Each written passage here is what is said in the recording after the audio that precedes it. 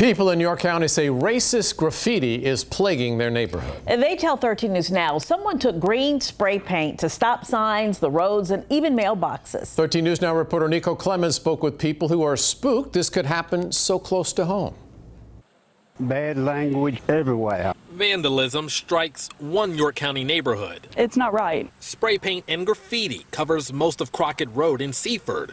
On street signs, the road, on mailboxes, some of the images too inappropriate to show. Everywhere. On the for sale sign on a house, they took that and sprayed that and wrote all kind of bad language on it. A couple of swastikas spray painted in the neighborhood has many feeling uncomfortable.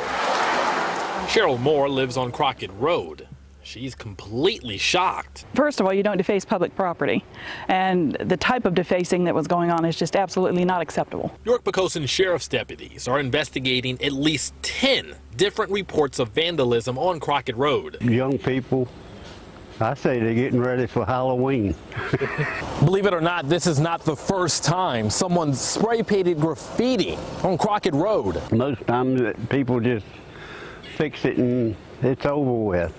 But it don't look like this one is over with. Deputies say there were 4 reports of vandalism in April. Again, on mailboxes, street signs, and the road. I'm sure it's going to raise the level of awareness at least. Many, like Moore, are trying to figure out who would terrorize their neighborhood. Who? I would have no idea. For now, they're on high alert.